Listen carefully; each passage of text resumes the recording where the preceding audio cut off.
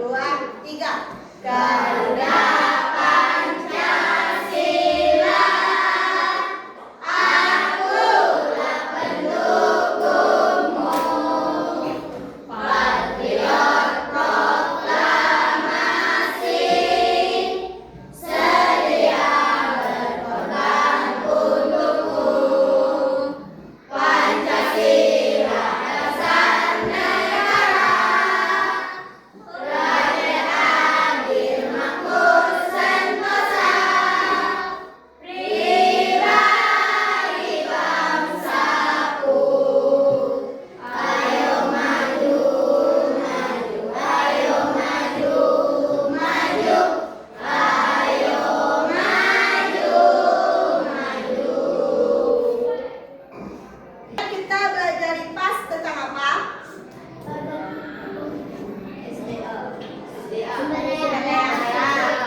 Berarti kita sekarang sistem pernapasan manusia.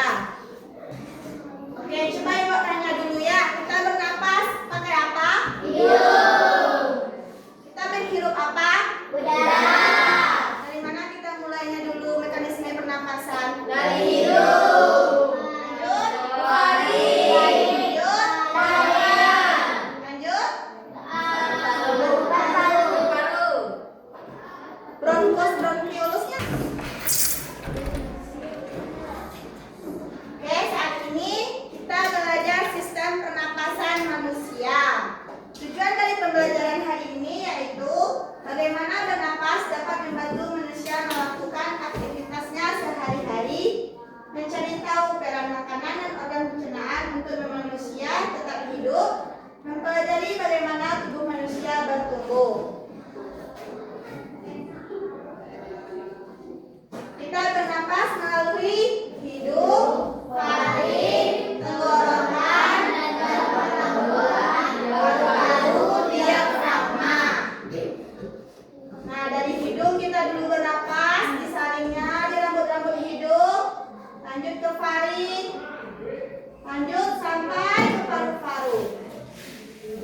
Nah, hidung merupakan pintu masuk dan pintu keluar udara yang sangat penting bagi sistem pernapasan. Ini.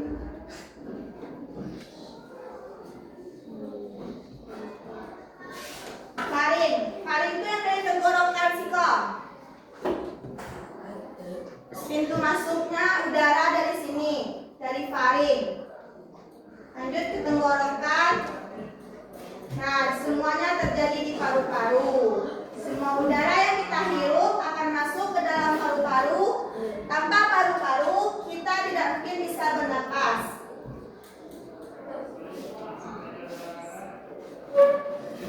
Lihat ya videonya, caranya pernapasan kita.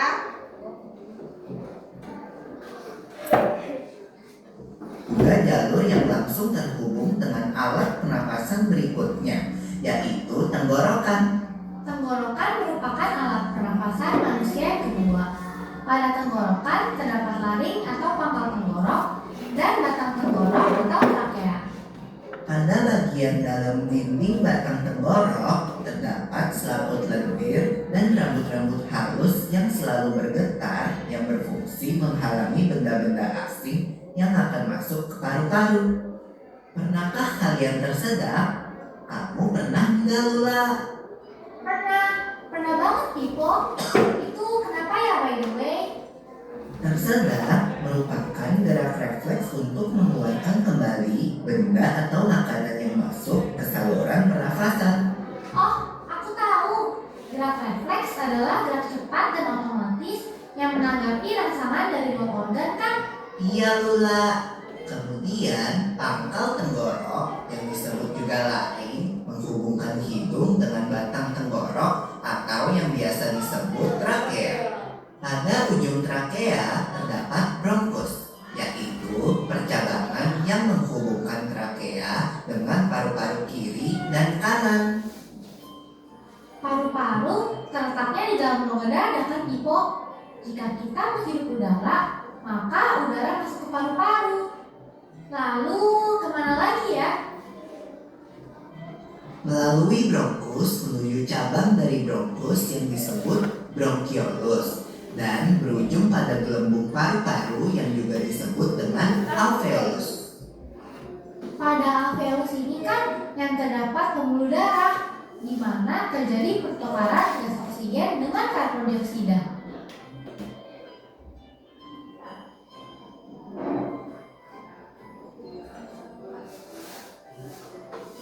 Well, people, tahu gak kalau sistem pernafasan kita terdiri dari dua kan? Yaitu sistem pernafasan dada yang kita lakukan dan juga sistem pernafasan perut. Jelasin dong, people, apa sih perbedaan detailnya? Pernafasan dada terjadi karena gerakan tulang rusuk oleh otot-otot antar rusuk. Pengambilan udara terjadi saat otot antar rusuk berkontraksi atau mengerut, sehingga tulang rusuk terangkat ke atas menyebabkan rongga dada dan paru-paru membesar. Oh begitu, berarti pengeluaran udara terjadi saat otot antar rusuk berelaksasi atau mengendur. Saat itu, tulang rusuk turun ke posisi semula, menyebabkan rongga dada dan paru-paru mengecilkan. Ya, benar sekali. Lalu menurut kamu bagaimana dengan pernapasan perut kita, Lola? Aku belum yakin banget sih, Pipo. Jelasin dong. Pernapasan perut terjadi karena gerakan otot diafragma, yaitu sekat yang membatasi antara rongga dada dan rongga perut. Pengambilan udara terjadi saat otot diafragma berkontraksi. Posisi diafragma mendatar menyebabkan rongga dada dan paru-paru membesar. Berarti pengeluaran udara terjadi saat otot diafragma berelaksasi. Posisi diafragma melengkung ke atas, lalu menyebabkan rongga dada dan paru-paru mengecil. You're right, Lola. Lalu, gimana kalau kita sesak nafas karena banyak asap? Itu akan kita bahas lagi dalam video selanjutnya. Menyimak videonya. Apa yang terjadi di alveolus? Ada yang tahu? Coba Marisa. Pertukaran oksigen dan karbon dioksida. Ya. Kalau apa itu trakea? Apa Madir? Jalur tenggorokan. Ya, tempat lalunya udara. Sebelah sini belum ada yang jawab lagi. Pernapasan dibagi dua. Ada pernapasan perut, ada pernapasan dada. Nah, coba jelaskan pernapasan perut. Ayo. Coba praktekkan mau pakai perut gimana bernapasnya. Apa yang dibahas? Kalau pernapasan dada, apa yang dibesarkan? Dan mengecilkan rongga dada. Fungsi dari hidung saat kita bernapas. Hidung adalah jalur masuk pertama udara. Hidung mempunyai bulu-bulu halus di dalamnya untuk menyaring udara debu di udara. Di dalam hidung. Ya. Menuju ke paring. Ya. Paling Paring adalah penyaring udara yang tempat lalunya. lalunya udara. Ya, kalau lari jalannya untuk ke trakea. Yang lain ada yang udah tahu? Apa fungsi-fungsinya? Kalau bronkiolus apa?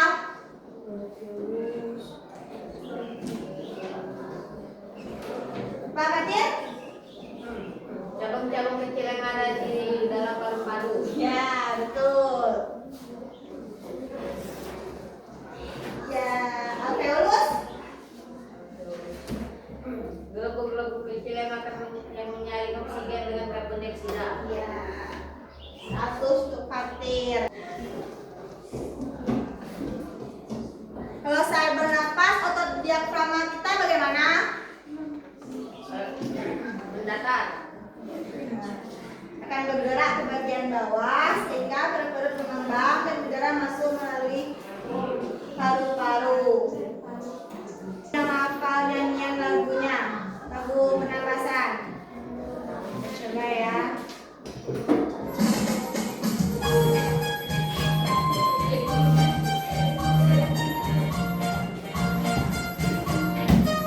Yuk, bernyanyi sama-sama.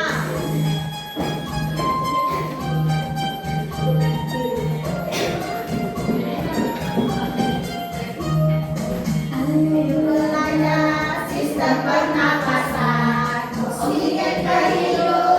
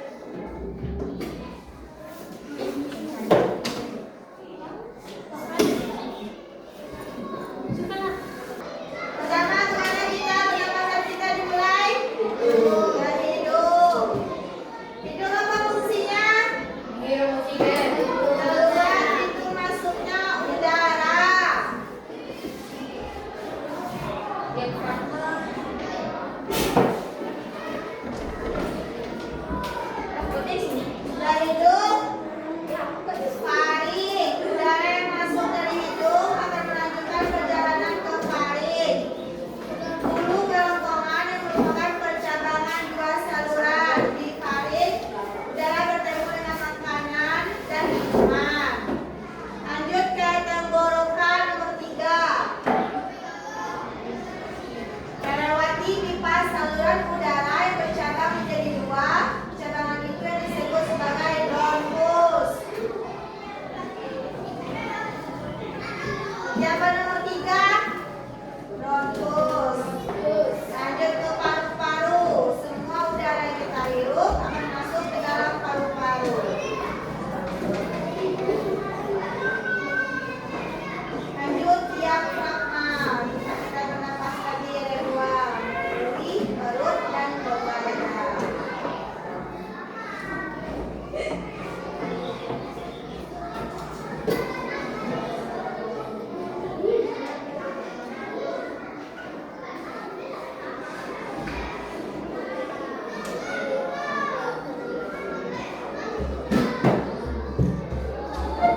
Sudah?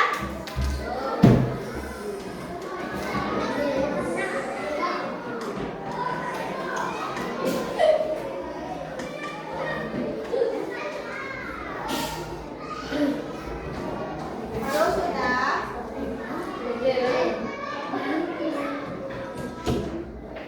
Ben sudah?